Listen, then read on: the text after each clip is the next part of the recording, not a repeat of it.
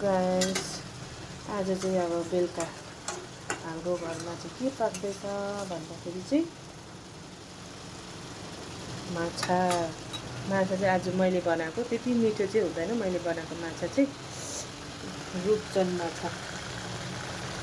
रूपचन्द अरे यसको नाम, यो माछाको नाम चाहिँ रूपचन्द माछा। अब भरे खाएर कस्तो भएछ भन्छु है साथीहरू, मिठो भयो कि भएन हो।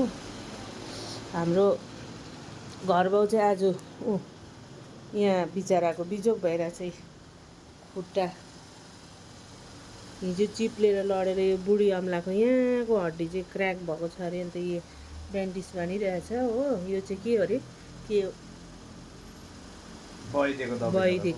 वैद्यकोमा गएर यस्तो भइरहेको छ आज हो। आज चाहिँ मेरो पालो माम पकाउने।